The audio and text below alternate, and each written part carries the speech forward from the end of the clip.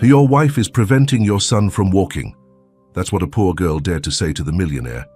At first he thought it was impossible, until he noticed something strange in his son's eyes. Moved by doubt, he decided to act, right there in front of everyone. What happened next left the mansion in absolute silence. If this story interested you, don't forget to subscribe to our channel and tell us what city you're watching us from. We'll keep going. The glass walls of the Malibu mansion caught every shade of the sunset, bathing the spacious living room in gold and crimson. William Parker stood by the window, martini in hand, staring at the rolling waves of the Pacific. The multi-million-dollar view that had once brought him joy now only amplified his loneliness. 6 months had passed since the car accident that took his wife Rebecca away and left their 8-year-old son in a wheelchair. William, a tech magnate whose business acumen had built one of California's most successful software companies, found himself utterly powerless against grief. His empire of algorithms and innovations meant nothing when faced with his son's stalled recovery. Medical reports claimed Ethan's spine had healed properly, yet the boy remained unable to walk. "Mr. Parker, Ethan's finished his dinner," said Mrs. Winters, the housekeeper who had been with the family for over a decade. Her lined face carried the same shadow of sorrow that had settled over the household. William nodded, setting down his untouched drink. "Thank you, Helen. I'll go read to him now." The hallway leading to Ethan's room was lined with contemporary art pieces, Rebecca's collection. She had filled their home with color and life, qualities that had drained away with her absence.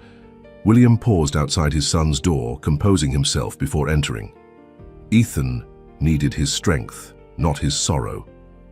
"Hey, champ," he said, pushing. "Open the door." "Ready for our story?" Ethan sat in his wheelchair by the window, small fingers tracing patterns on the glass. At the sound of his father's voice, he turned. His smile, so much like Rebecca's, was the one light William clung to. "Can we read the space one again?" Ethan asked, wheeling himself toward his bed. His thin arms had grown stronger from months of propelling himself around, but his legs remained motionless beneath a blanket. William helped him into bed, a routine they had perfected. "Of course we can." He settled beside his son, opening the dog-eared book about astronauts and distant planets, Ethan's current obsession. Halfway through the chapter, Ethan fell asleep, his breathing deep and even. William stayed, watching his son's chest rise and fall, wondering how many more nights they would spend like this, trapped in a purgatory of waiting for progress that doctors couldn't explain. A gentle knock at the door pulled him from his thoughts. Mrs. Winters stood in the doorway, her silhouette backlit by the hallway light. "There's someone here to see you, Mr. Parker. A Ms. Blackwood from the Pacific Wellness Center. She says you had an appointment?" William frowned. "I don't recall scheduling anything." "She mentioned it was about specialized therapy for Ethan. Said she'd emailed your assistant." William carefully extracted himself from beside Ethan and followed Mrs. Winters downstairs. In the living room stood a woman with auburn hair that caught the light from the chandelier. She turned as he entered, offering a professional smile that nevertheless carried warmth. "Mr. Parker, I'm Catherine Blackwood. I apologize for the late hour, but your assistant confirmed this time would work." She extended her hand, her grip firm and confident. "I specialize in pediatric rehabilitation at Pacific Wellness." William shook her hand, studying her face. There was something sincere in her expression that disarmed his initial skepticism.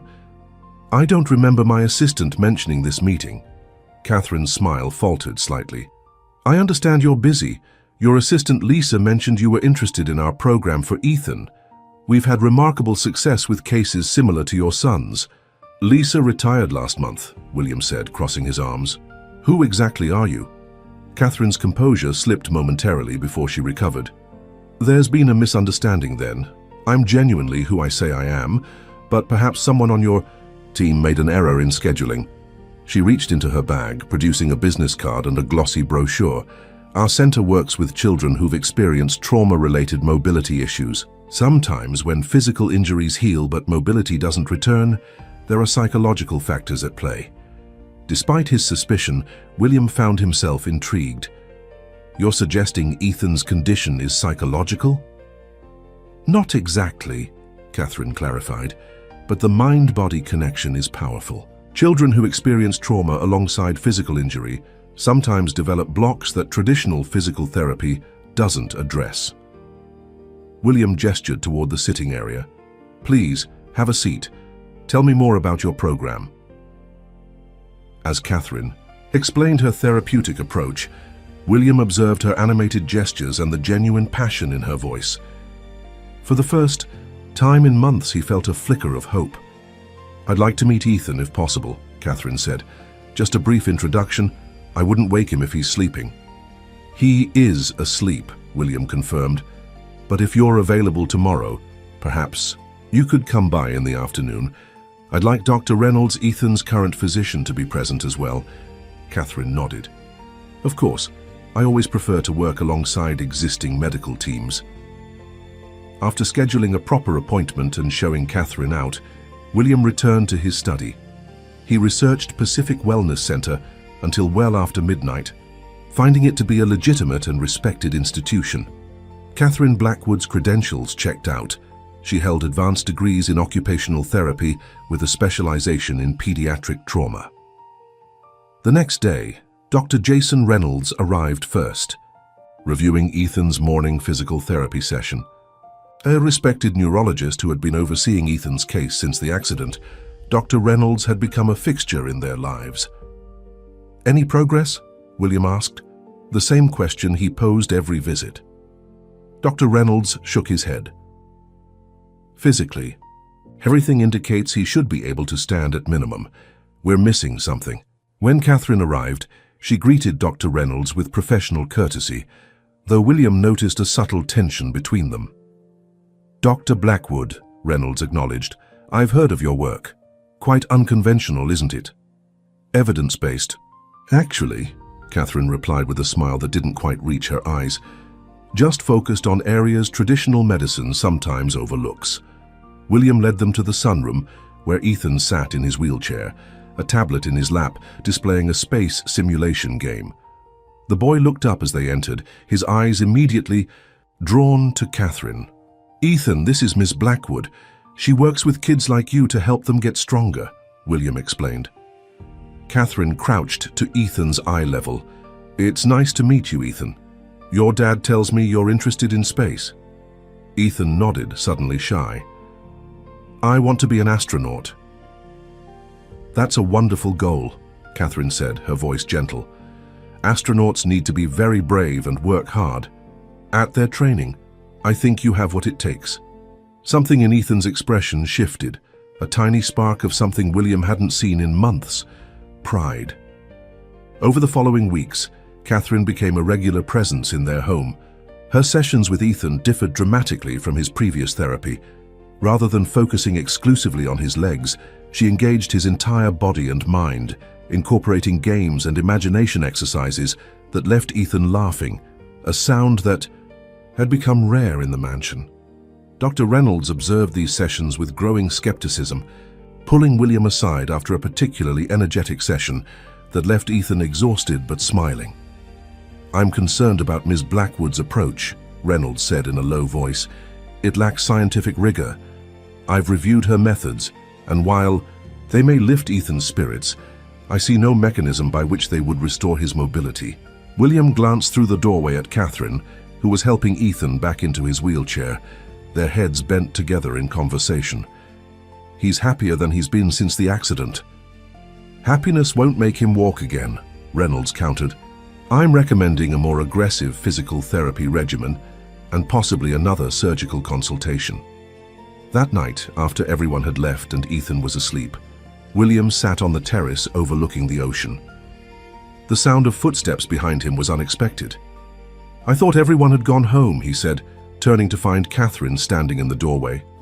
I forgot my notebook, she explained, holding up a leather-bound journal. She hesitated, then asked, Mind if I join you for a moment? William gestured to the chair beside him, and for several minutes they sat in companionable silence, watching the moonlight on the water. He's going to walk again, Catherine said finally. I've seen that look in his eyes before. He wants to, but something's holding him back.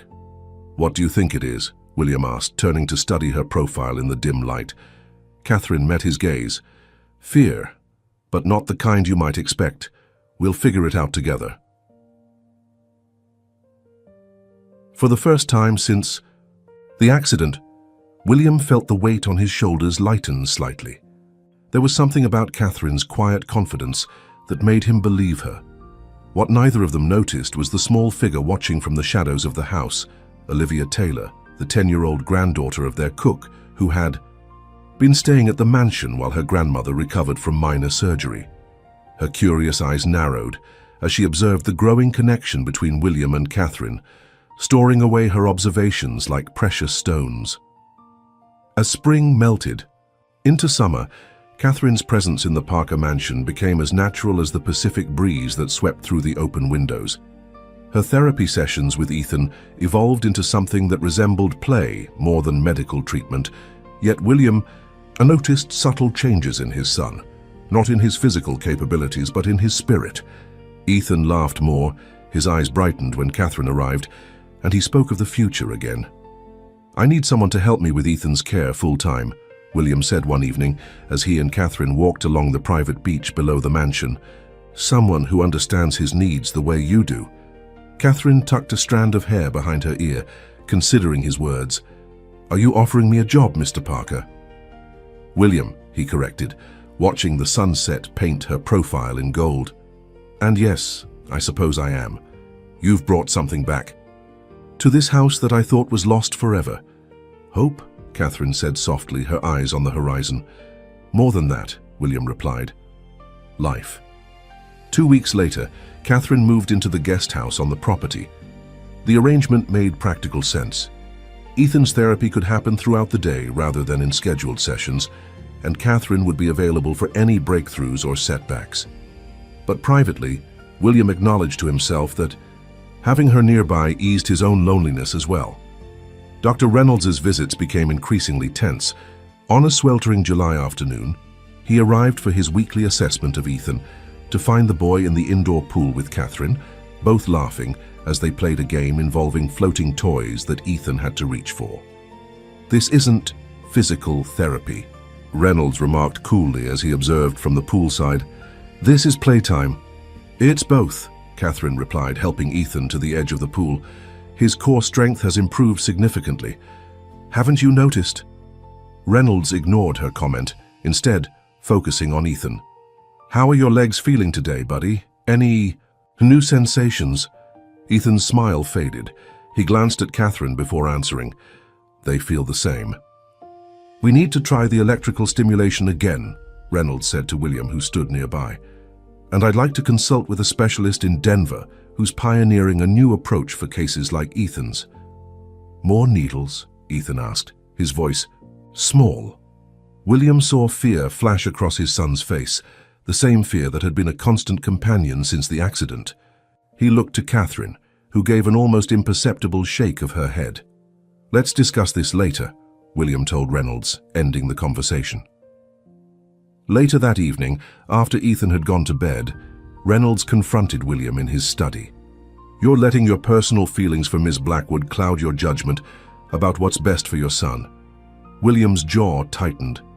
"My feelings have nothing to do with this. I'm making decisions based on what I see helping Ethan." "What you see is a happier child, yes, but not one who's any closer to walking." Reynolds placed a folder on the desk between them. "These are the latest test results. There's no physiological reason why Ethan can't bear weight on his legs. The blockage is psychological, which means Catherine's approach might be exactly what he needs," William interrupted. Reynolds leaned forward. "Or it means he needs proper psychiatric evaluation and treatment, not pool games and storytelling." The argument ended in a stalemate, with Reynolds reluctantly agreeing to continue monitoring Ethan's progress for another month before pushing for more invasive treatments.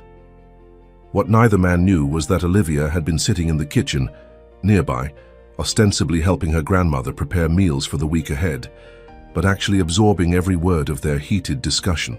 At 10 years old, Olivia possessed a perception beyond her years, a quality her grandmother, Martha, alternately praised and worried about.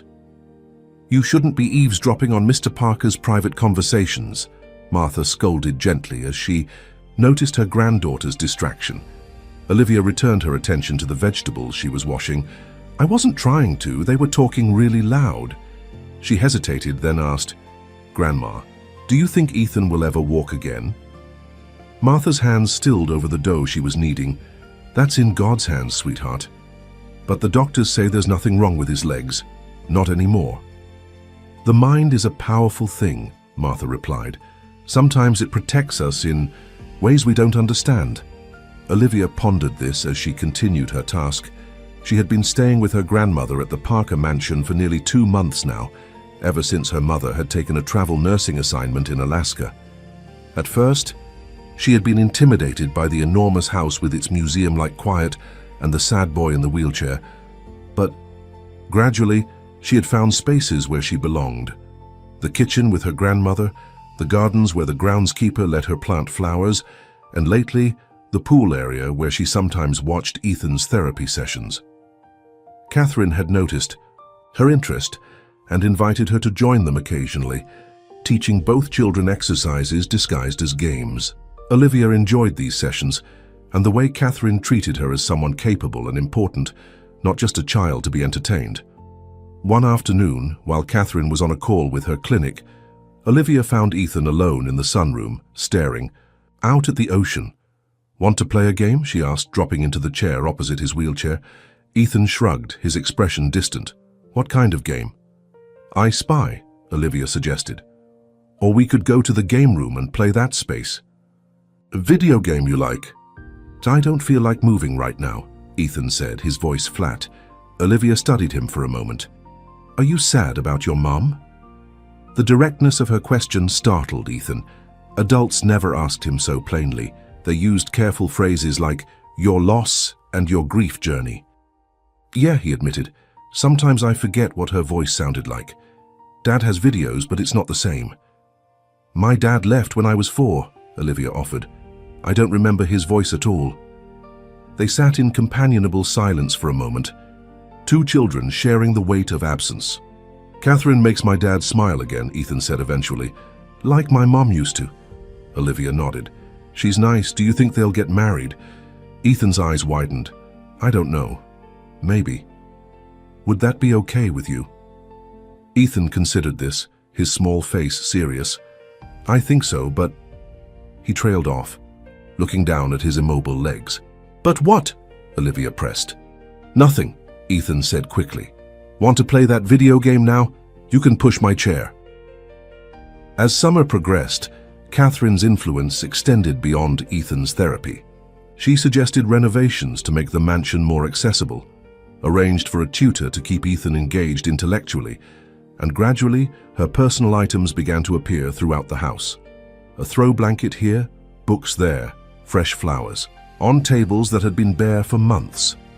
William found himself looking forward to their evening conversations on the terrace after Ethan was asleep.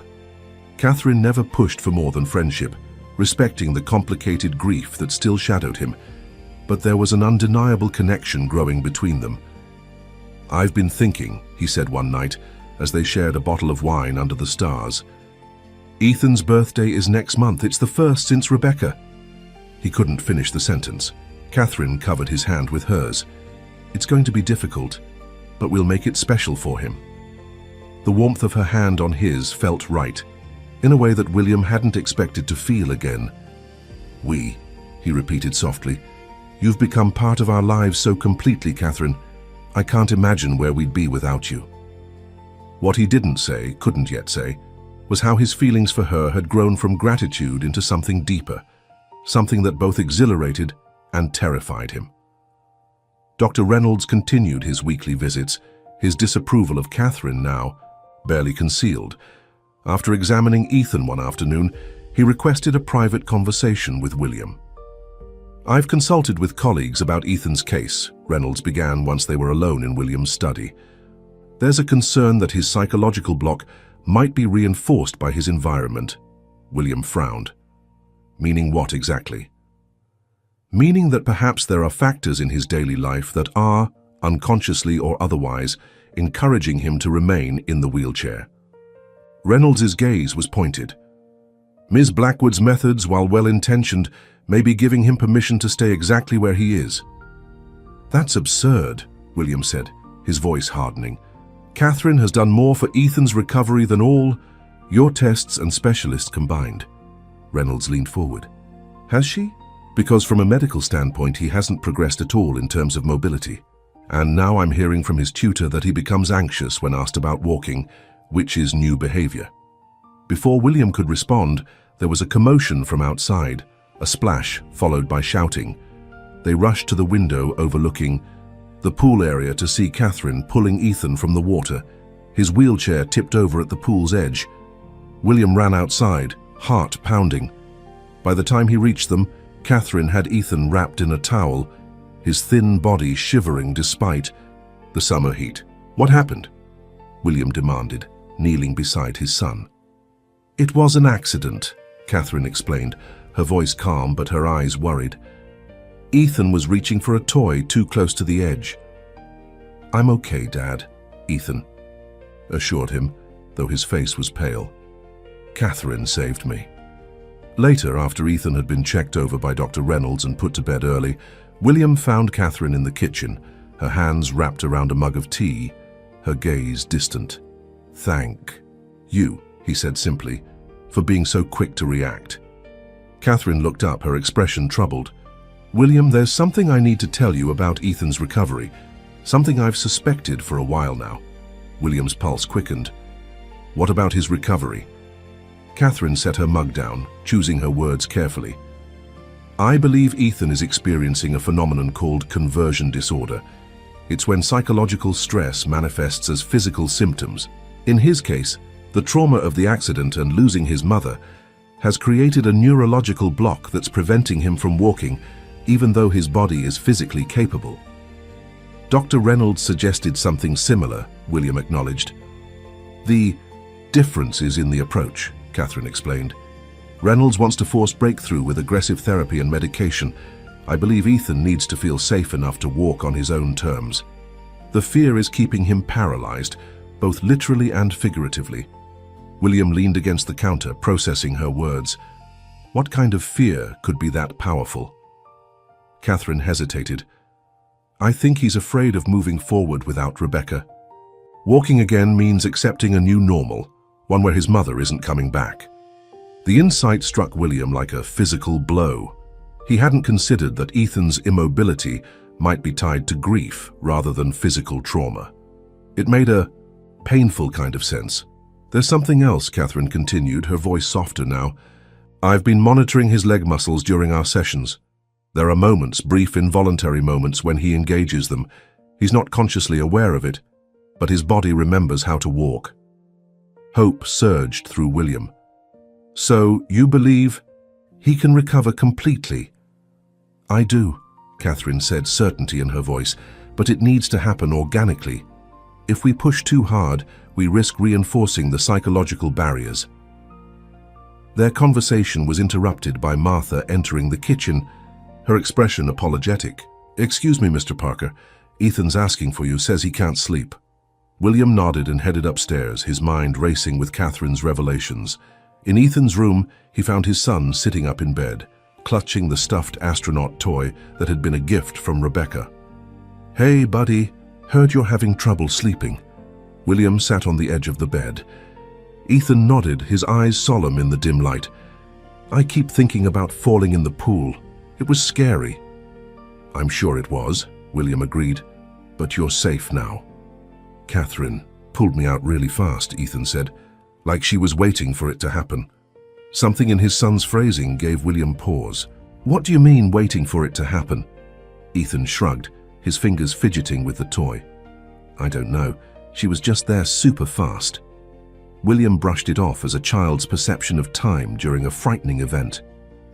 Well, I'm grateful. She was nearby. Now how about I read another chapter of your space book? After Ethan finally drifted to sleep, William found himself wandering the quiet halls of the mansion. The house felt different now, less like a mausoleum to his former life and more like a home again. Catherine had brought that change, along with hope for Ethan's recovery, yet something about their conversation in the kitchen had left him unsettled. Passed the doorway to the sunroom and noticed a small figure curled up on one of the window seats. Olivia was reading by the light of a small book lamp, so absorbed that she didn't notice him until he spoke. "It's pretty late for reading, isn't it?" She startled, nearly dropping her book. "Mr. Parker, I'm sorry. Grandma thinks I'm asleep, but I couldn't stop thinking." "Thinking about what?" William asked, curious about this serious child who had become a quiet fixture in their household. Olivia hesitated, seeming to choose her words carefully. "About Ethan and Miss Catherine." William sat in a chair across from her. "What about them?" "I was watching them at the pool today," Olivia admitted, "before Ethan fell in." "You saw what happened?" William leaned forward, suddenly alert. Olivia nodded, her expression troubled. Miss Catherine was helping Ethan reach for toys in the water. She kept putting them farther away each time, making him lean more from his chair. I thought it was weird because usually she's super careful about his safety. William felt a chill that had nothing to do with the air-conditioned room.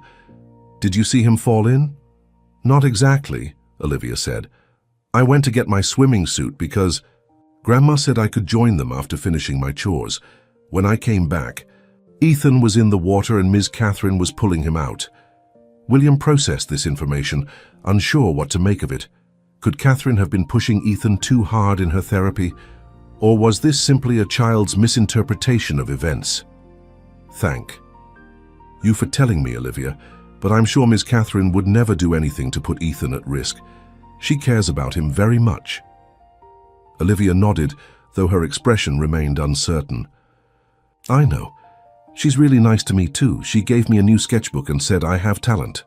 She paused, then added, "But sometimes I think she acts different when you're not around." Before William could ask what she meant, Martha appeared in the doorway, her expression a mixture of embarrassment and concern. "There you are, Olivia." "I'm so sorry, Mr. Parker. She's supposed to be in bed." Martha crossed the room, placing a gentle hand on her granddaughter's shoulder. "It's fine, Martha," William assured her. "We were just having a chat. Olivia's welcome to use the sunroom for reading any time." After they left, William remained seated, turning over Olivia's observations in his mind. Children often misinterpreted adult behaviors, seeing mysteries where there were none. And yet, there was something about Olivia's careful way of speaking that suggested she wasn't prone to exaggeration or fantasy. The next morning, William observed Catherine's therapy session with Ethan more closely. They were in the garden, with Catherine guiding Ethan through exercises that had him reaching and stretching from his wheelchair. Her methods were creative and engaged Ethan fully, but William noticed how she maintained complete control of each activity. "Let's try something new today," Catherine suggested as the session was winding down. "I want to see if you can feel this." She ran a small plastic wheel along the bottom of Ethan's foot. Ethan's face remained blank. "I can see you doing it, but I can't feel anything." "That's okay," Catherine said, her voice encouraging. "We'll keep trying. The pathways in your brain just need to remember." Later that afternoon, Dr. Reynolds arrived for his scheduled visit. William pulled him aside before he saw Ethan.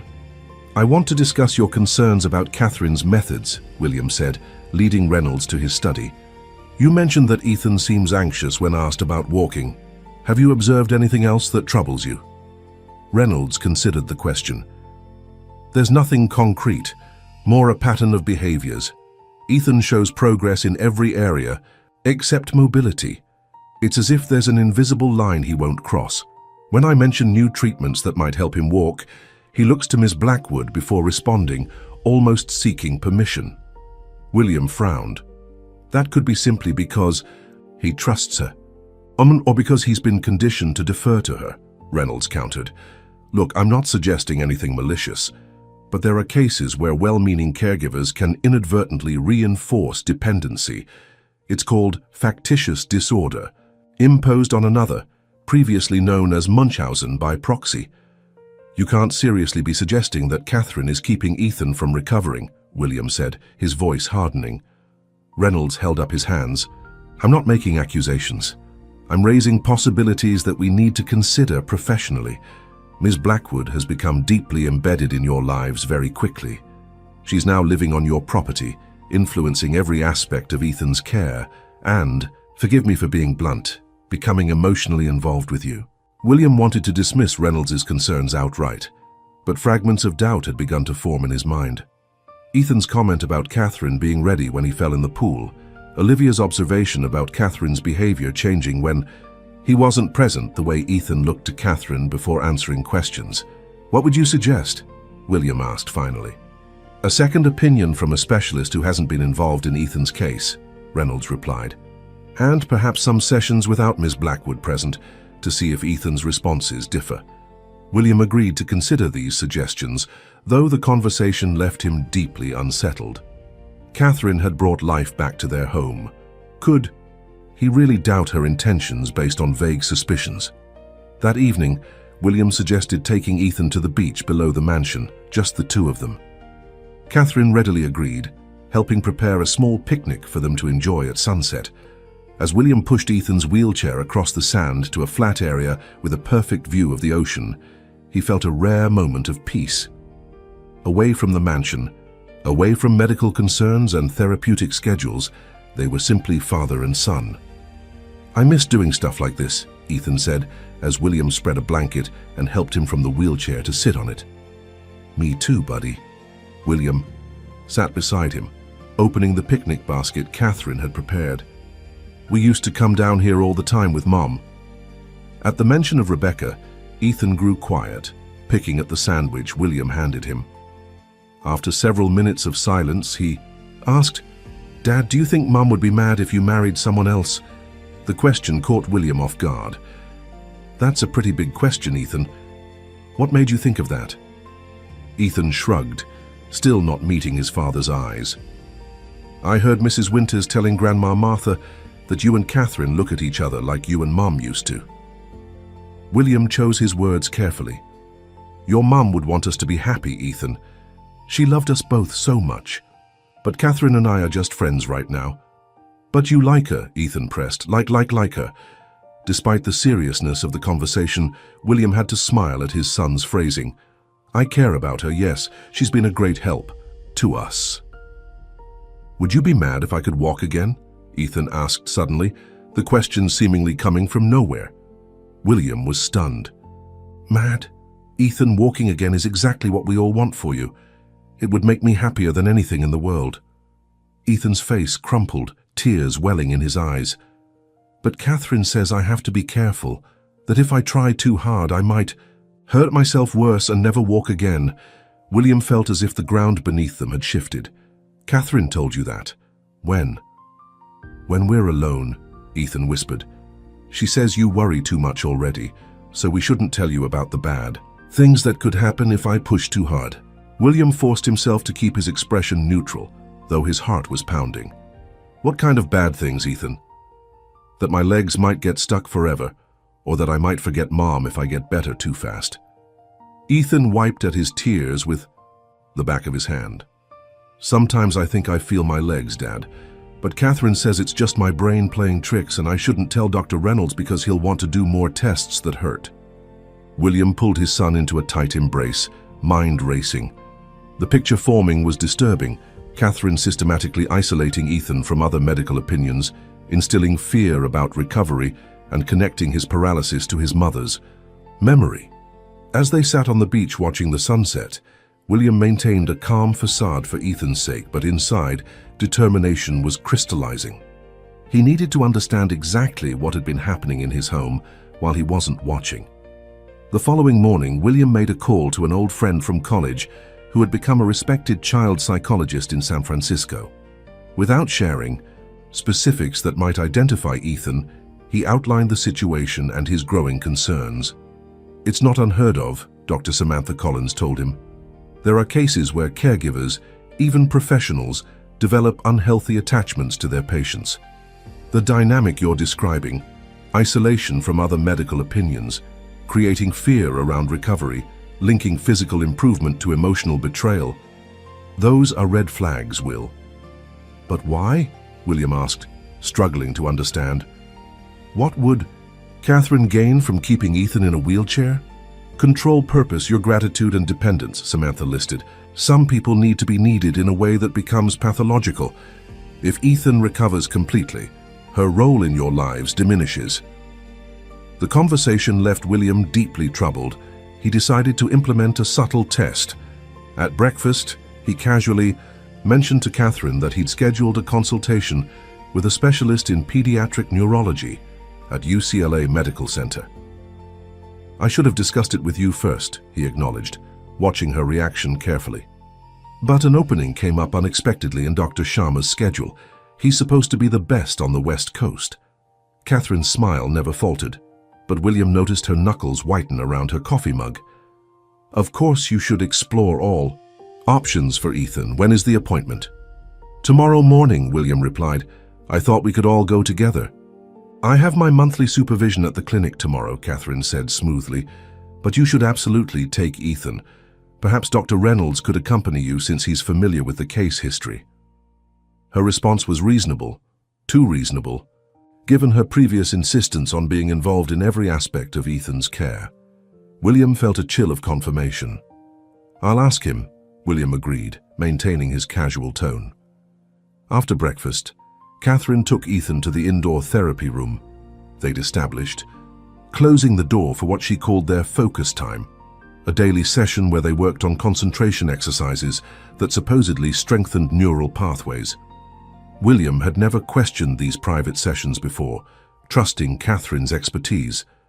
Now, he wondered what actually happened behind that closed door.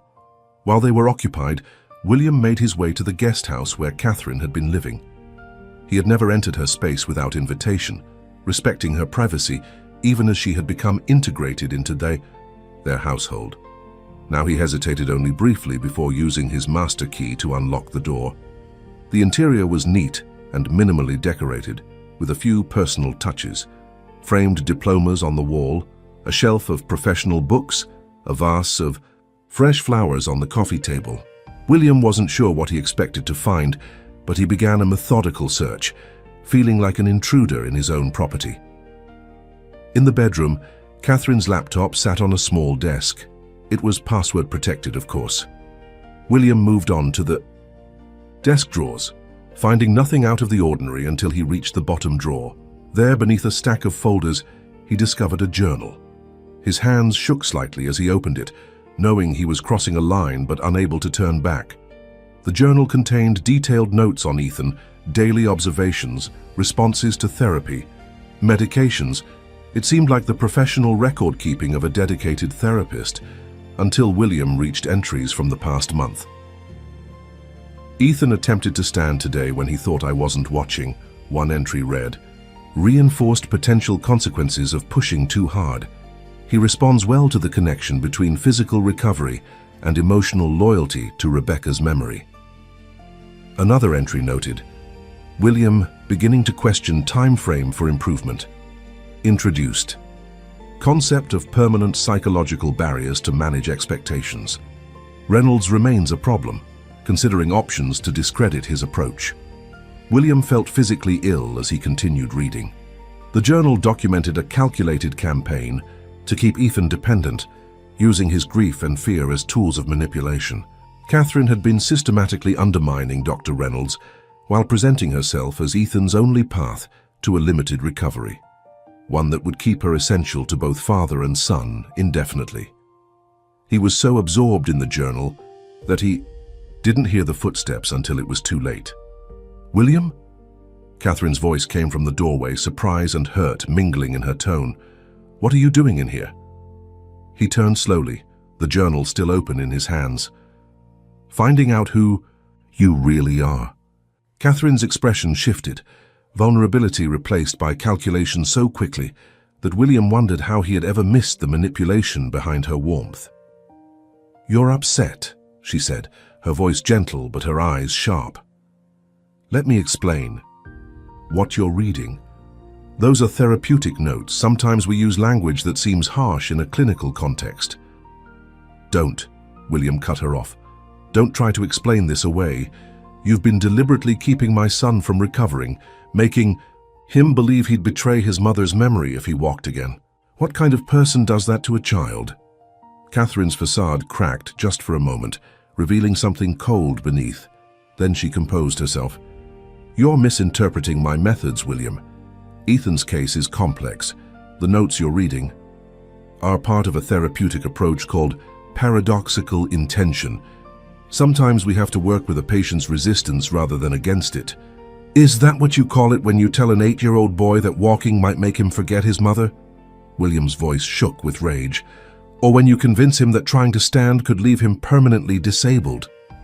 You need to... Calm down, Catherine said, taking a step toward him. You're not thinking clearly. We've made so much progress with Ethan. Don't throw that away because you misunderstood some clinical notes. The appointment at UCLA tomorrow isn't real, William said flatly. It was a test and you failed it, Catherine. You should have insisted on coming with us if you truly cared about Ethan's recovery. Something shifted in Catherine's demeanor. The caring therapist disappeared entirely, replaced by someone colder and more calculating. What exactly do you think is going to happen here, William? She asked, her voice hardening. You're going to fire me? Replace me with another specialist who'll start from scratch with Ethan? How do you think he'll respond to losing another person he trusts? She moved closer, her tone softening again. We've built something special here, not just Ethan's care, but us. This family we've created. We're not a family, William said firmly. You're an employee who betrayed my trust and harmed my son. I want you out of my house today. Catherine's laugh was soft and unsettling. It's not that simple, William. Ethan trusts me completely. If I leave suddenly, who do you think he'll blame? How do you think it will affect his progress? And what about the things I know about this household? About you? Your grief drinking in the early days, your emotional absence when Ethan needed you most. The implied threat hung in the air between them. Before William could respond, a small sound from the doorway drew their attention. Olivia stood there, eyes wide, clutching her phone. I recorded everything you just said, she told Catherine, her young voice surprisingly steady. And I already sent it to my grandma. Catherine's expression contorted with anger. You little... Don't, William warned, stepping between them. Martha, he called out, knowing the housekeeper was never far from her granddaughter. Martha appeared behind Olivia, her face set in grim determination. I heard everything, Mr. Parker, and Olivia did send me the recording. I've already called Dr. Reynolds. Catherine looked from one face to another, calculating her options. Finally, she straightened her shoulders and adopted a professional mask. This is a tragic misunderstanding that will only hurt Ethan in the long run. I'll gather my things and be gone by evening. My clinic will be in touch regarding the termination of our contract. I'll have security escort you while you pack, William said coldly. And if you attempt to contact Ethan or anyone in this household again, I'll pursue legal action. After Catherine was escorted to the guest house with a security guard from the estate's gatehouse, William faced the daunting task of explaining the situation to Ethan. He found his son in the sunroom, working on a model rocket with an expression of concentration that reminded William painfully of Rebecca. Hey, buddy, he said, sitting beside Ethan. We need to talk about something important. Ethan looked up, his eyes immediately concerned. Is something wrong with Catherine? She didn't come back after she went to get more clay for our project. William took a deep breath. Catherine won't be working with us anymore, Ethan. She hasn't been honest about your recovery. Ethan's face crumpled in confusion.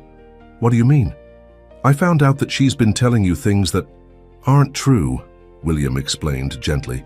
About walking again, about your mom, about what might happen if you try to stand. Tears welled in Ethan's eyes. But she said she was helping me, that she was keeping me safe. I know she did, William said, pulling his son into a hug.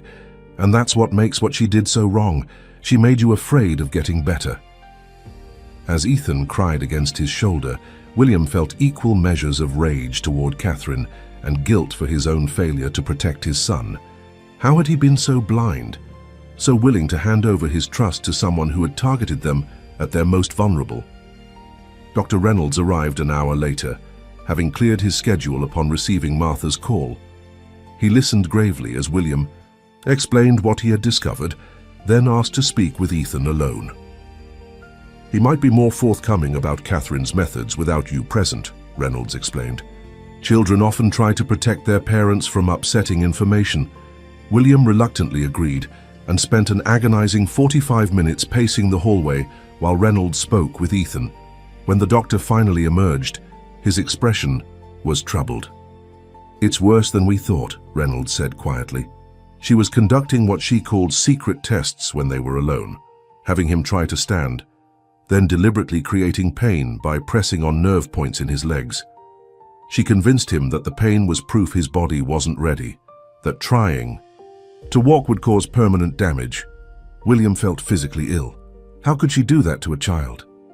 "People with this pathology are expert manipulators," Reynolds said. "She identified your vulnerabilities, your grief, your guilt, your desperation for Ethan's recovery, and exploited them perfectly. And she used Ethan's love for his mother as the ultimate psychological barrier." "What do we do now?" William asked, feeling more lost than he had since the immediate aftermath of the accident. "We start over," Reynolds said firmly, "with a team approach, complete transparency, and an understanding that recovery will be both physical and psychological. Ethan needs to trust his own body again, and he needs to separate recovery from any feelings of disloyalty to Rebecca."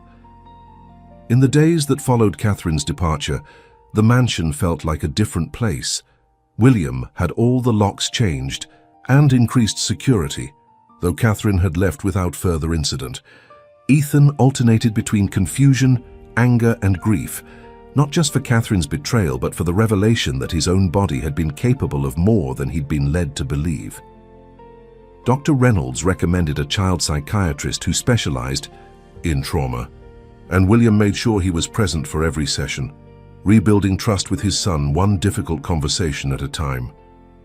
They established a new physical therapy regimen with a team from UCLA Medical Center, with all sessions conducted in the open and thoroughly documented.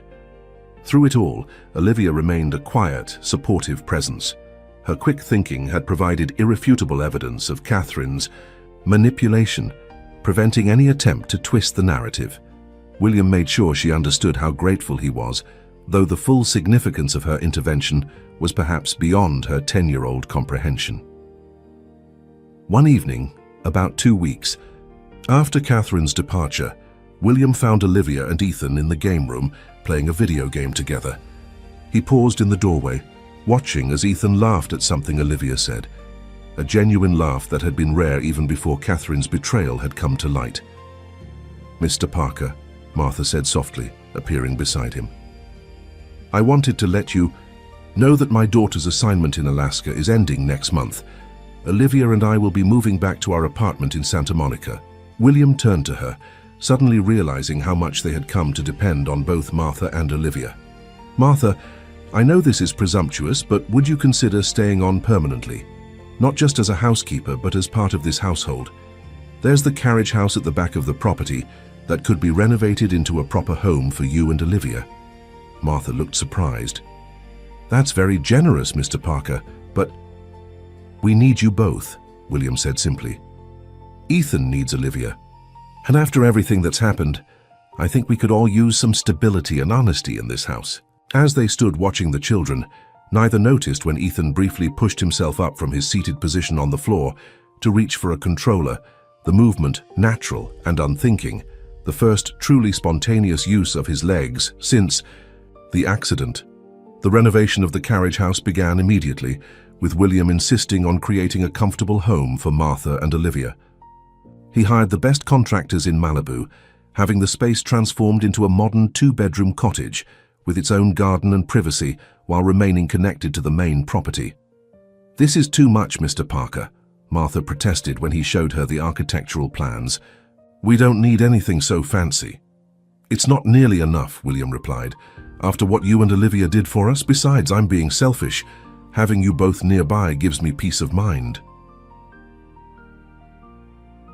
September arrived with a gentle cooling of the Malibu air and a new routine for the household. Ethan began working with Dr. Larissa Chen, a pediatric physical therapist recommended by UCLA Medical Center. Unlike Catherine's secretive sessions, Dr. Chen's therapy took place in the open, often on the terrace overlooking the ocean, with William or Martha always present. The good news, Dr. Chen explained after her first week working with Ethan, is that there's no physical reason why Ethan can't walk again. His muscles have some atrophy from disuse, but that's reversible. The neural pathways are intact. We just need to rebuild his confidence and strength simultaneously. Progress was slow but measurable. Ethan began with simple standing exercises, supported between parallel bars installed in what had been Catherine's therapy room, now transformed with bright colors, large windows, and an atmosphere of optimistic energy that contrasted sharply with the previous clinical austerity. Dr. Reynolds continued to oversee Ethan's overall care, coordinating with Dr. Chen and Dr. Morris, the child psychiatrist, helping Ethan process both his grief for his mother and the betrayal by Catherine. The team approach provided transparency that helped rebuild Ethan's trust, though there were difficult days when he retreated into silence or frustration. "It's not fair," Ethan said during one particularly challenging therapy session when he'd fallen while attempting to take a step between the parallel bars. "Catherine said I'd get better faster if I just waited. This is harder." "She lied to you, buddy," William said gently, helping his son back to a standing position. "The truth is that getting better is hard work, but you're doing it. Every day you're getting stronger." Ethan gripped the bars, his knuckles white with effort. "But what if she was right about the other stuff? What if Mum would be sad if I walk? Again, she never got to see me in this chair. What if she doesn't recognize me when I'm not in it anymore?" The question broke William's heart. Dr. Morris had warned them that Catherine had created a powerful psychological link between Ethan's mobility and his connection to Rebecca's memory. "Your mom loved watching you run and play," William said, crouching to meet his son's eyes. "Remember how she used to race you on the beach? How she taught you to ride your bike? The thing that would make her saddest is knowing you weren't doing those things you loved because someone made you." Afraid. Tears spilled down Ethan's cheeks. "I don't want to forget her, Dad." "You won't," William promised. "Walking again doesn't mean leaving Mom behind. It means carrying her with you in a different way." Dr. Chen, who had stepped back to give them space for this conversation, approached again. "Would it help to have a special way to remember your mom while you're working on walking again? Some people find that having a symbol or a ritual helps them feel connected." Ethan considered this. "Like what?" "It could be anything meaningful to you," Dr. Chen suggested. "A special bracelet you wear during therapy, a photo you look at for encouragement, or maybe something your mom loved that you can keep nearby." Later that evening, William searched through Rebecca's belongings, something he had avoided doing since the accident. In her jewelry box, he found a silver compass on a chain that she had often worn while hiking, an activity she had loved, sharing with Ethan. The inscription inside read, "Find your path, follow your heart." When he gave it to Ethan the next morning, his son's face lit up in recognition. "Mom's compass. She said it would always help us find our way home if we got lost hiking." "Maybe it can help you find your way now," William suggested. From that day forward, Ethan wore the compass during every therapy session. When things got difficult or he felt discouraged, he would hold it tightly in his palm, as if drawing strength from the connection to his mother. October brought Ethan's 9th birthday. William struggled with how to celebrate, the first birthday since Rebecca's accident, and in the shadow of Catherine's betrayal. He wanted it to be special, without being overwhelming for his son, who still had difficult days adjusting to their new reality. "What if we do something different this year?" Olivia suggested during a family dinner a week before the birthday.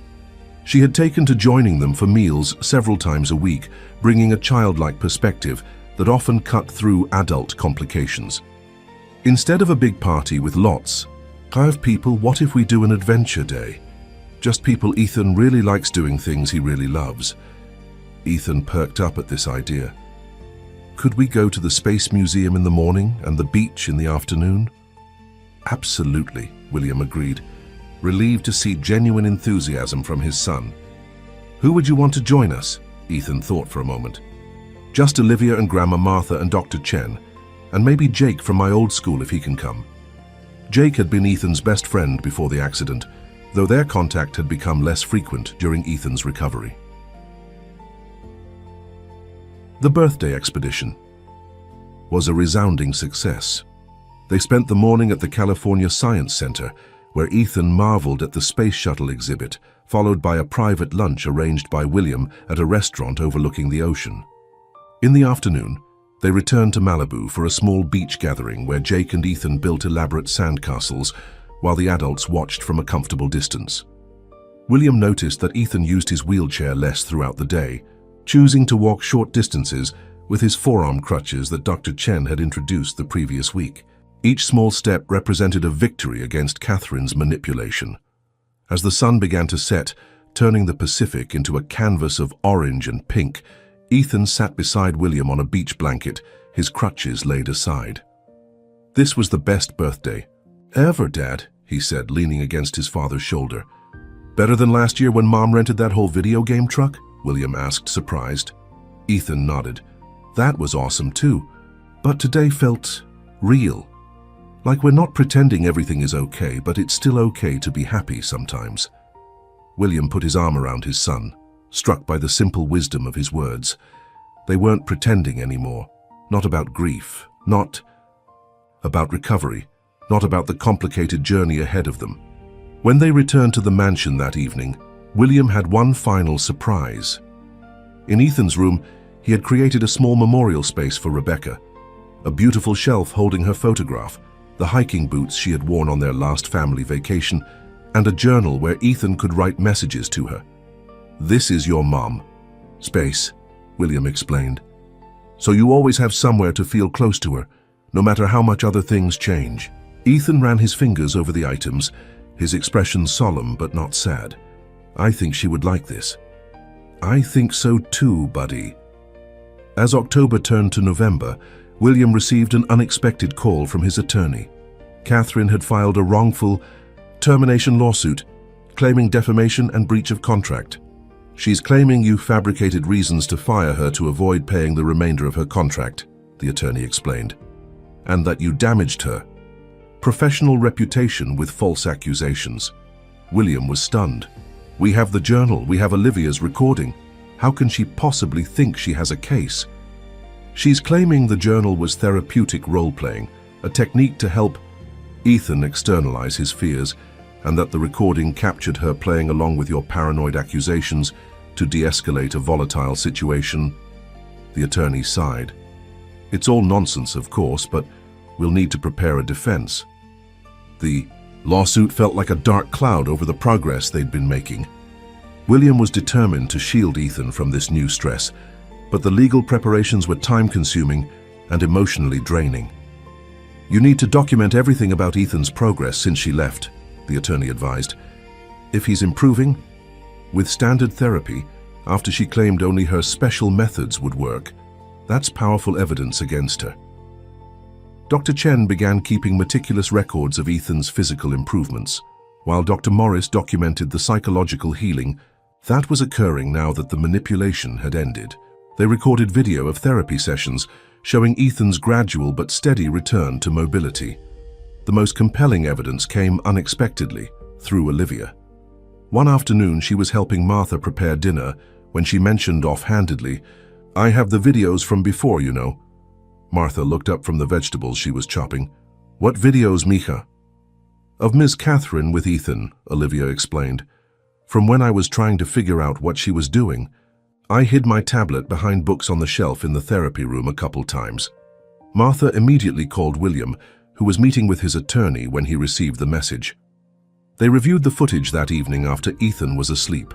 3 short videos that clearly showed Catherine's manipulative techniques. In one particularly disturbing clip, she could be seen pressing firmly on specific points on Ethan's legs when he attempted to stand, causing visible pain, then soothingly telling him, "See, your body is warning you it's not ready. This is why we need to be patient." The attorney was confident the videos would end Catherine's lawsuit, but warned William that submitting them as evidence would make them part of the public record. "We need to consider how that might affect Ethan. These videos show him in an extremely vulnerable position." William struggled with the decision. Using the videos would ensure Catherine couldn't hurt another child, but it might also expose Ethan to unwanted attention and scrutiny. He discussed it with Dr. Morris, who suggested including Ethan in the decision in an age-appropriate way. He's been robbed of agency throughout this experience. Giving him some control over what happens next could be therapeutic. The conversation with Ethan was difficult but illuminating.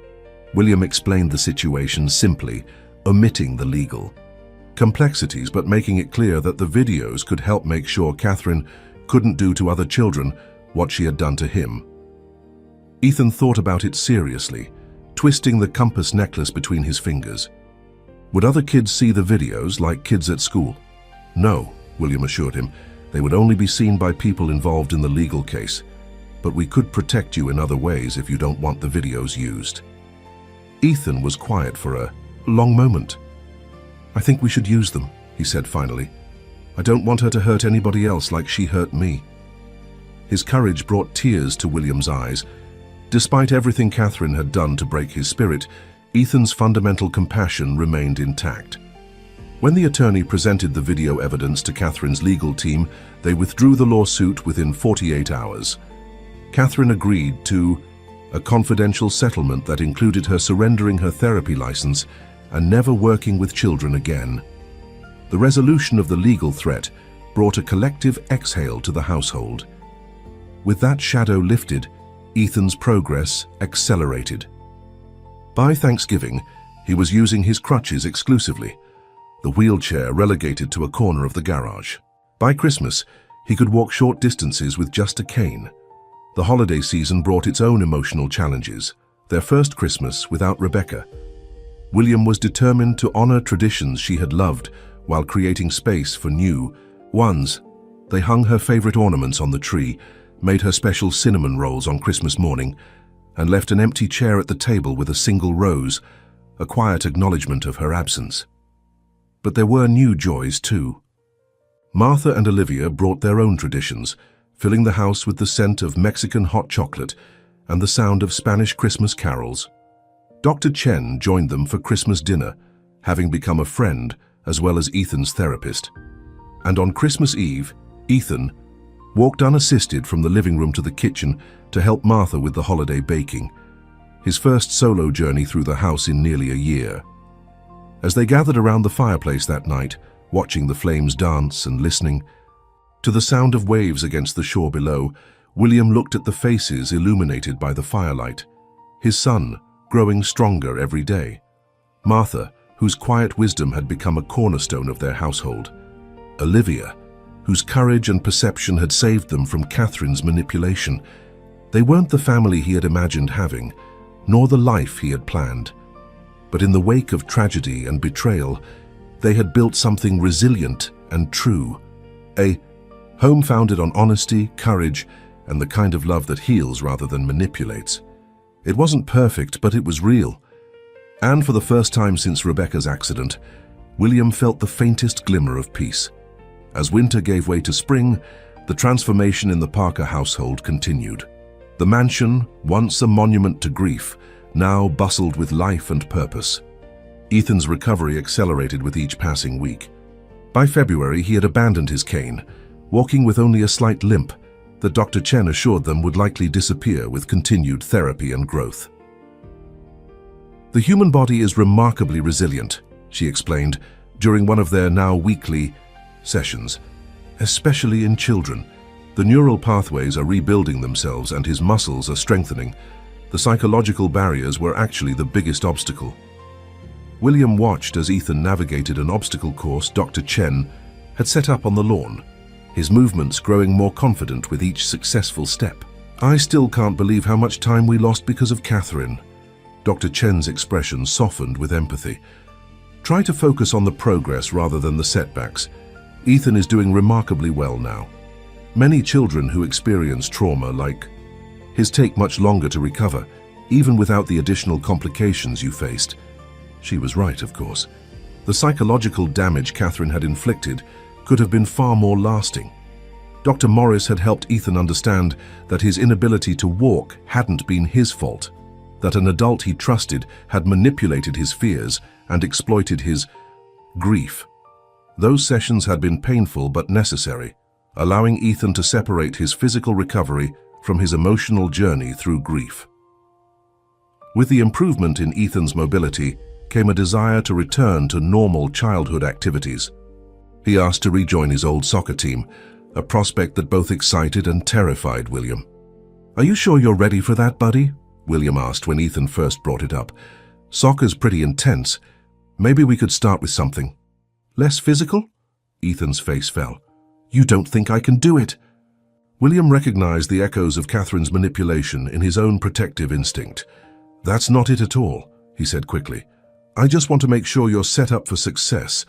But if Dr. Chen thinks you're ready, then we'll call your old coach tomorrow." The smile that spread across Ethan's face was worth every moment of parental anxiety William would endure watching his son on the soccer field. Dr. Chen approved the plan, but suggested a gradual return, starting with practices, before rejoining games, and building up slowly to full participation. Coach Martinez welcomed Ethan back with enthusiasm, having kept in touch throughout his recovery. The first practice was a milestone for the entire household. Martha packed a special snack, Olivia made encouraging signs, and William tried, unsuccessfully, not to hover as Ethan joined his teammates on the field. He was slower than before, his movements sometimes hesitant, but the joy on his face as he ran alongside his friends was unmistakable. "He's going to be fine," Olivia said, appearing beside William as he watched from the sidelines. At 10, nearly 11 now, she had developed an uncanny ability to read adult concerns. William smiled down at her. "I know. It's just hard not to worry." "My grandma says worry is just love with nowhere to go," Olivia replied, with the solemn wisdom of a child, repeating a treasured phrase. William chuckled. "Your grandma is a very wise woman." As Ethan integrated back into school activities and friendships, William found himself with more time to think about his own future. The tech company he had built had been running on autopilot for nearly a year, managed by his capable executive team, while he focused on Ethan's recovery. He had been making occasional appearances at board meetings and checking in remotely, but he hadn't been truly engaged with the business that had once consumed his days. "Have you thought about what's next for you?" Martha asked one evening as they sat on the terrace after Ethan had gone to bed. This had become a comfortable ritual. Martha would bring tea and they would discuss household matters that often evolved into deeper conversations. "What do you mean?" William asked, though he understood the question perfectly. "Ethan is healing. He's back in school, playing soccer, being a normal boy again." Martha stirred honey into her tea with deliberate movements. "But what about William Parker? Are you healing too?" The question caught him off guard. He had been so focused on Ethan's recovery that he had pushed aside his own grief and trauma. "I'm not sure what healing looks like for me," he admitted. Martha nodded, unsurprised by his answer. "Perhaps it begins with remembering who you were before you became only Ethan's father and Rebecca's widower." Her words stayed with him in the days that followed. Who had he been before? An ambitious entrepreneur, certainly. A husband deeply in love with his brilliant wife. A father delighting in his son's childhood. But there had been other dimensions too.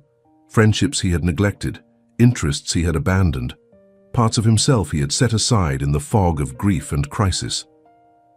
One rainy afternoon, while Ethan was at a friend's house and the mansion was unusually quiet, William found himself drawn to Rebecca's study. It had remained largely untouched since the accident, preserved like a museum exhibit of their former life. He stood in the doorway for several minutes before finally stepping inside. The room smelled faintly of her perfume, or perhaps that was just his imagination. Her architectural drafting table dominated the space, still covered with the plans. For a community arts center, she had been designing before the accident. Rebecca had been a respected architect, whose practice had focused on public spaces that brought art and culture to underserved communities. William ran his fingers over her sketches, remembering how passionate she had been about this particular project, a repurposed warehouse in a struggling neighborhood of Los Angeles that would provide studio space for artists, classrooms for children, and a performance venue for community events. "You would have made it beautiful," he whispered. To the empty room. An idea began to form, tentative at first, then gathering clarity and purpose. The next morning, he contacted Rebecca's former business partner, Alexandra, whom he hadn't spoken to since the funeral. "Will, it's so good to hear from you," she said, surprise evident in her voice. "How are you and Ethan doing?" "Better," he said, finding that it was true. "Actually, I'm calling about Rebecca's last project, the Arts Center." "What happened with that?" Alexandra sighed. "The funding stalled after what happened. Without Rebecca's vision driving it, the investors got cold feet. The building's still sitting empty. Such a shame." "What if we revived it?" William asked. "As a memorial to Rebecca. I could provide the funding through a foundation in her name." The silence on the other end of the line stretched for several seconds. "Are you serious?" "Completely. Rebecca believed in making art accessible to everyone. I can't think of a better way to honor her memory." The Rebecca Parker Memorial Arts Center became William's focus over the following months. He established a foundation, secured the warehouse property, and worked with Alexandra to bring Rebecca's original vision to life, while adding elements that reflected her spirit and passions. Ethan was involved from the beginning, joining planning meetings and offering suggestions from a child's perspective. The project became a way for him to connect with his mother's legacy, to understand the work that had been so important to her. "Mom would have loved this," he said as they toured the construction site together, hard hats perched on their heads. The cavernous space was beginning to take shape, walls defining studios and classrooms, a soaring central atrium that would showcase community artwork. "She would have," William agreed. "And she would be so proud of you for helping make it happen." As the Art Center progressed, so did the healing within the Parker household. Ethan completed his physical therapy, graduating from Dr. Chen's care, with a celebration that included cake and a framed certificate of extraordinary bravery and determination. He continued to see Dr. Morris monthly, processing his experiences in age-appropriate ways and developing tools to manage the complex emotions that occasionally still surfaced. Olivia had become Ethan's closest friend, their bond forged through shared experience and genuine affection. Despite their age difference, she was now 11 to his 9, they found common ground in their love of art, science fiction, and building elaborate worlds in the video games they played together. The carriage house renovation had been completed, giving Martha and Olivia a beautiful home on the property while maintaining their connection to the main household. William's relationship with Martha had evolved into something that defied simple categorization. She was an employee, yes, but also a trusted confidant and co-parent figure for both children.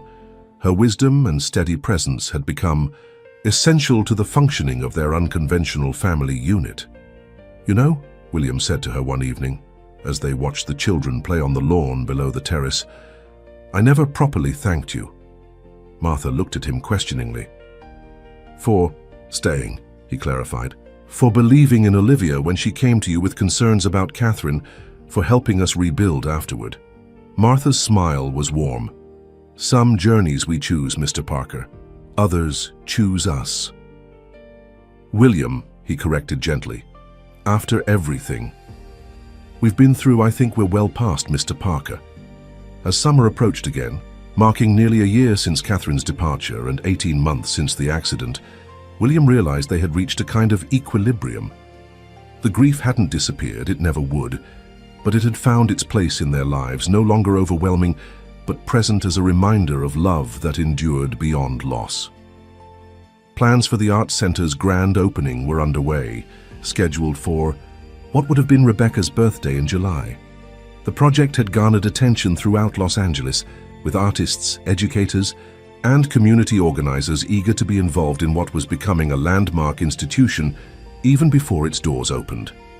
One warm June afternoon, William received an unexpected call from Dr. Reynolds, whom he hadn't spoken to in several months.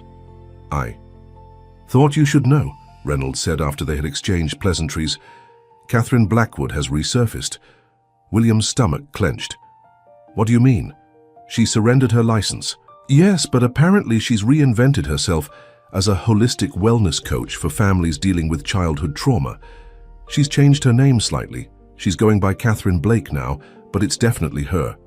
A colleague recognized her at a conference in San Diego. Can she do that legally? William asked, anger rising in his chest. She agreed never to work with children again. The agreement specified professional therapy, Reynolds explained. This falls into a gray area. She's careful to say she's not providing medical or psychological services, just support and guidance. It's all very vague and unregulated. After hanging up, William sat in his study wrestling with what to do with this information. The idea that Catherine, or Catherine as she now called herself, was once again positioning herself to access vulnerable families made him physically ill.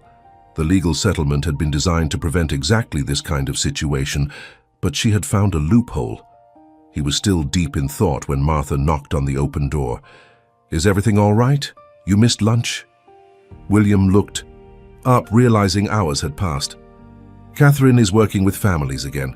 She's changed her name and is calling herself a wellness coach instead of a therapist." Martha's expression darkened. "That woman has no conscience." "The problem is, she's not technically violating our agreement," William explained. "I'm not sure what I can do legally." "Perhaps the question isn't what legal action you can take," Martha suggested, "but what moral action you should take." William understood immediately. "You think I should go public with what happened to Ethan?" "I think families deserve to know who they're trusting with their children," Martha said simply. The decision wasn't simple. Going public would mean exposing Ethan's experience to scrutiny, potentially reopening wounds that were finally healing.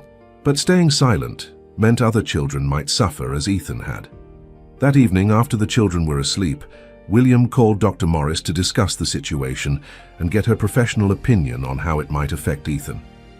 "He's made remarkable progress," Dr. Morris acknowledged. "But this would be a significant stressor.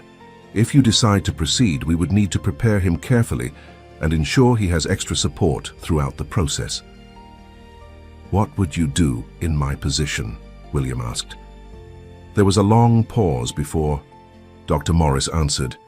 "Professionally, I can't make that recommendation, but speaking as a human being who's witnessed what Catherine did to your son, I wouldn't want any other child to experience that." William spent a sleepless night weighing his options. By morning, he had made his decision. He would take action, but not alone.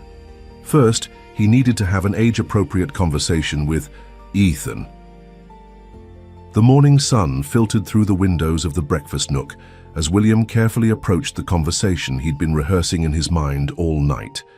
Ethan was focused on his cereal, occasionally glancing at the tablet propped against the orange juice pitcher, where he was reading about NASA's latest mission. "Ethan, I need to talk to you about something important," William began, keeping his voice calm and measured as Dr. Morris had advised during their late-night phone consultation. Ethan looked up, immediately alert to the shift in his father's tone. "Is something wrong?" "No, nothing's wrong here," William assured him. "But I found out yesterday that Miss Catherine is working with other families and children again.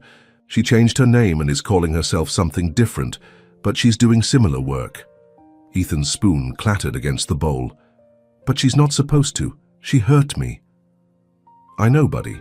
That's why I wanted to talk to you. There might be a way to help make sure other kids don't get hurt like you did, but it would mean telling people outside our family about what happened to you." Ethan was quiet for a long moment, his young face serious as he considered the implications. "Like in the news?" "Possibly," William acknowledged. "We would work with Ms. Lisa, you remember my friend who's a lawyer, to share what happened in a way that protects you as much as possible. But yes, people would know our story." "Would I have to talk to reporters?" Ethan asked, his apprehension clear. "No," William said firmly. "You wouldn't have to talk to anyone you don't want to. This would be adults handling adult problems. But because it's your story too, I wanted to ask how you feel about it." Ethan twisted the compass necklace that rarely left his neck, a habit he'd developed when thinking through difficult situations. "Would it really help other kids?" "I believe it would," William said. "People need to know that someone who hurt you is still out there working with vulnerable children." Ethan nodded slowly. "Then I think we should do it." But he hesitated. Could Olivia be with me when people are talking about it? She always makes me feel braver. William felt a surge of pride at his son's courage and self-awareness. Of course she can, if Martha agrees. Later that morning, William convened a family meeting in the sunroom. Himself, Ethan, Martha, and Olivia. He explained the situation in terms all of them could understand and outlined what might happen if they chose to go public with their story. There would likely be media attention, he warned. Reporters might try to contact us. Our privacy would be affected for a while. But we'd be helping other families, Olivia said, not as a question, but as a statement of fact. At 11, her sense of justice remained as strong as it had been when she first discovered Catherine's manipulation. That's the hope, William confirmed. Martha, who had been listening quietly, finally spoke. Whatever you decide, we stand. With you. But I would suggest involving legal counsel from the beginning to establish clear boundaries. William nodded, grateful once again for her practical wisdom. I've already called Lisa. She's coming over this afternoon. Lisa Chen had been William's corporate attorney for years before becoming a trusted friend. She arrived at the mansion with her characteristic energy and focus, armed with a leather portfolio and a determined expression. I've reviewed the settlement agreement from last year, she said, as they settled in William's study. Catherine, or Catherine as she's calling herself now, is technically operating in a grey area. She's not presenting herself as a licensed therapist, which was specifically prohibited. But she's clearly violating the spirit of the agreement by working with vulnerable children again. What are our options? William asked. We could file for an injunction based on the implied terms of the settlement, Lisa suggested. But that would be a lengthy process with uncertain results. Going public, as you suggested, might be more immediately effective in warning families away from her. And more satisfying, William admitted. Lisa smiled briefly. That too. But we need to be strategic. A media circus wouldn't serve Ethan's best interests. Together they crafted a plan. Rather than holding a press conference or giving interviews to multiple outlets, William would work with a respected journalist from the Los Angeles Times to tell their story in a carefully controlled way. The article would focus on the systemic issues that allowed someone like Catherine to exploit vulnerable families, with the Parker case as the central example, but not the only one. Lisa would reach out to her contacts to identify other families who might have been affected by Catherine's practices. Preparations for the article coincided with the final weeks before the Rebecca Parker Memorial Arts Center's grand opening.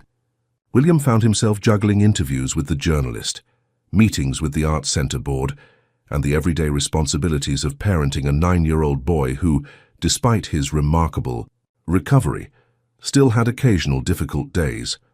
You're taking on too much, Martha observed one evening as William reviewed the latest draft of the Times article at the kitchen table, his laptop surrounded by Arts Center floor plans and budget spreadsheets. William sighed, rubbing his eyes.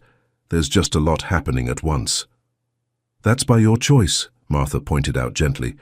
The Arts Center opening could be postponed. The article could wait a few weeks. Catherine isn't waiting. To find new families to manipulate, William countered. And the Arts Center opening is scheduled for Rebecca's birthday. That feels important to maintain. Martha studied him for a moment. You're using busyness to avoid feeling, William. I've seen it before. Her directness caught him off guard. What am I avoiding exactly? Moving forward, she said simply. You've dedicated the past 18 months to Ethan's recovery and Rebecca's memorial. Those are worthy causes. But at some point, you need to consider your own life and what comes next for you. As usual, Martha's insight cut to the heart of the matter.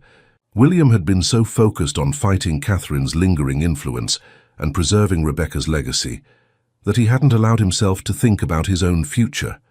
The idea of building a life that wasn't defined by loss and betrayal seemed almost disloyal. The Los Angeles Times article was published on a Sunday in early July, 3 weeks before the Arts Center opening. Titled, The Perfect Caregiver, How a Therapist Manipulated a Grieving Family and the System That Failed to Stop Her, it detailed Catherine's systematic deception of the Parker family and her psychological manipulation of Ethan. The journalist had done a thorough investigation, uncovering 2 other families with similar experiences and documenting Catherine's pattern of targeting vulnerable households dealing with trauma or loss. The impact was immediate and far-reaching. By Monday morning, Catherine's newly established coaching practice had shut down its website. By Wednesday, the California Department of Consumer Affairs had launched an investigation into the regulatory gaps that allowed her to continue working with families despite surrendering her therapy license. Several of Catherine's current clients contacted the Times reporter, sharing their own concerns about her methods. William had prepared for public attention, but the response to the article exceeded his expectations. His phone filled with messages from friends, colleagues, and even strangers expressing support and sharing their own experiences with manipulative caregivers. Dr. Reynolds called to let him know that the medical board was considering using the case as a teaching example for identifying and preventing similar situations. Through it all, William maintained a protective bubble around Ethan. As promised, the boy didn't have to speak to any reporters or answer questions about his experience. Olivia stayed by his side during the days following the article's publication, the 2 children retreating to their favorite spots on the property: the game room, the beach, the treehouse William had built the previous spring. Their friendship had become one of the most positive outcomes of the whole ordeal. 10 days after the article appeared, William received a call from an unfamiliar number with a San Diego area code. He almost let it go to voicemail, wary of unknown callers who might be reporters, but something made him answer.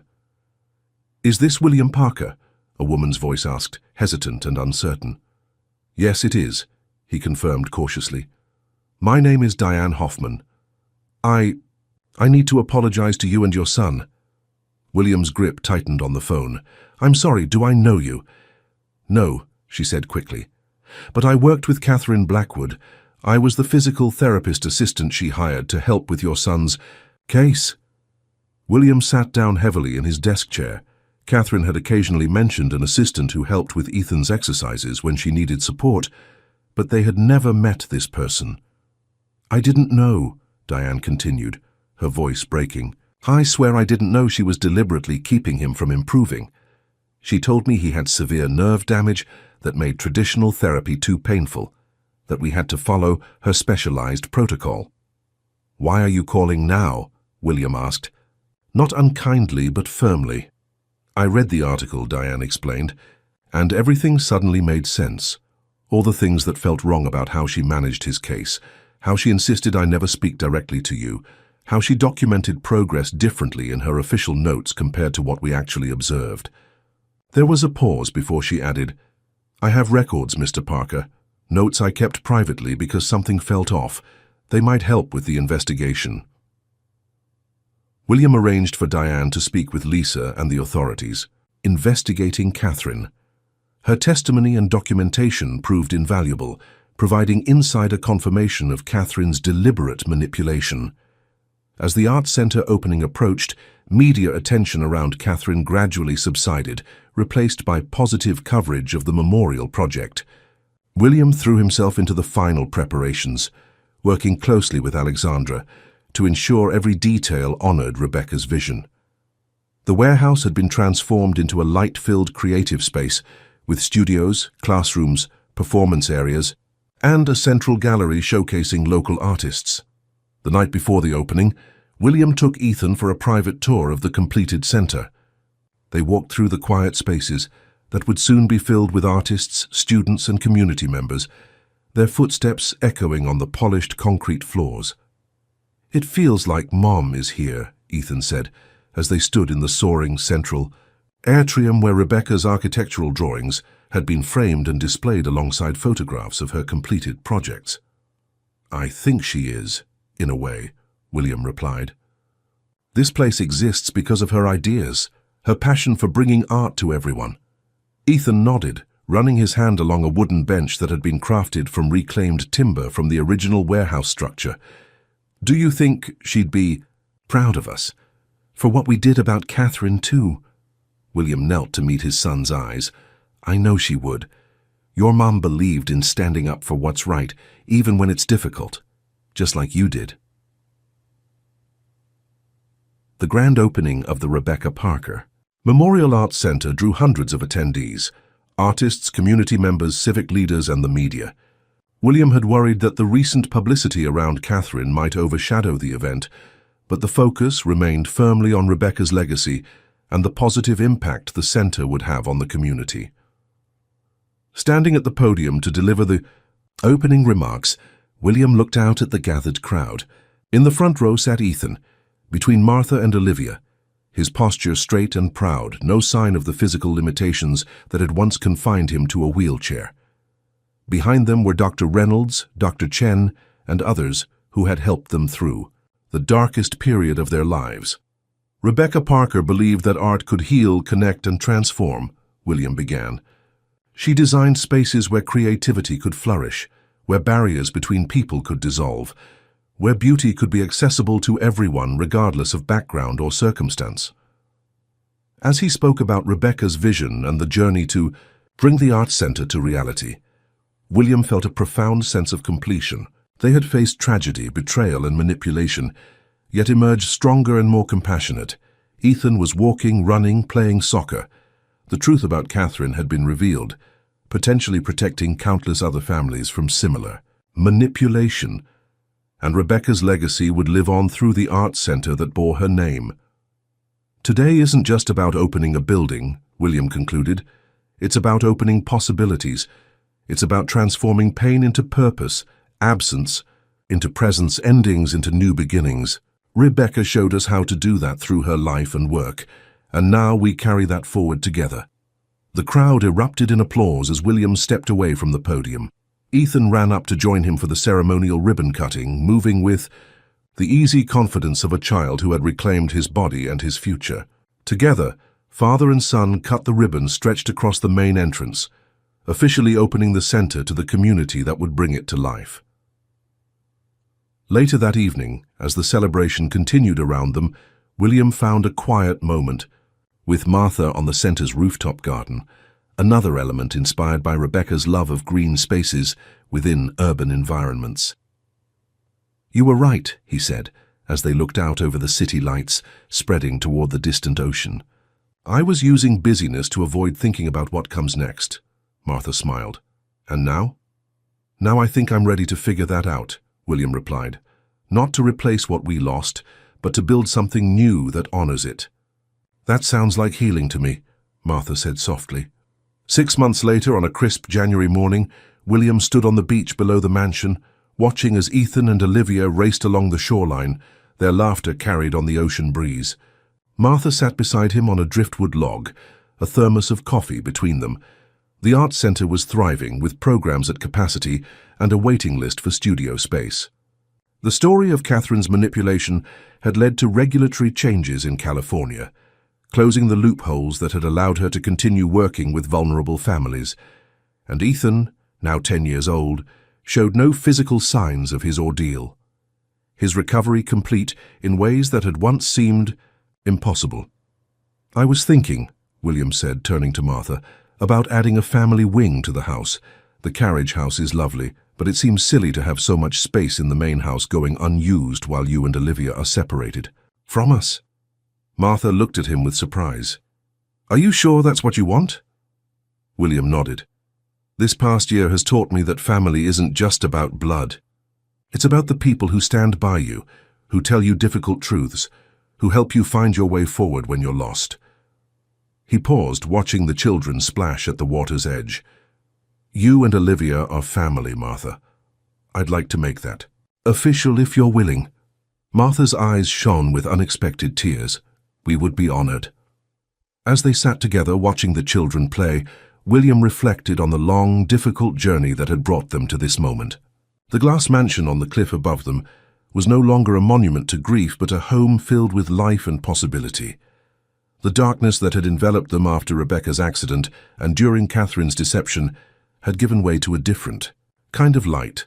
Not the blinding brightness of perfect happiness, but the gentle, sustainable glow of healing and hope. Ethan ran up to them, breathless and grinning, Olivia close behind. "Dad, We found the perfect spot for that tide pool project for science class. Can we bring my camera down later to document it? Of course, William agreed, ruffling his son's hair. We have all the time in the world. And they did. Time to remember what was lost. Time to cherish what remained. Time to build something new from the fragments of what had been broken. Time to walk forward together, step by careful step, into a future none of them could have imagined, but all of them had helped create. As they gathered their things to head back up to the house, William took one last look at the ocean stretching to the horizon. Somewhere in that vastness, he felt Rebecca's presence, not as a ghost haunting their lives, but as a light guiding them forward.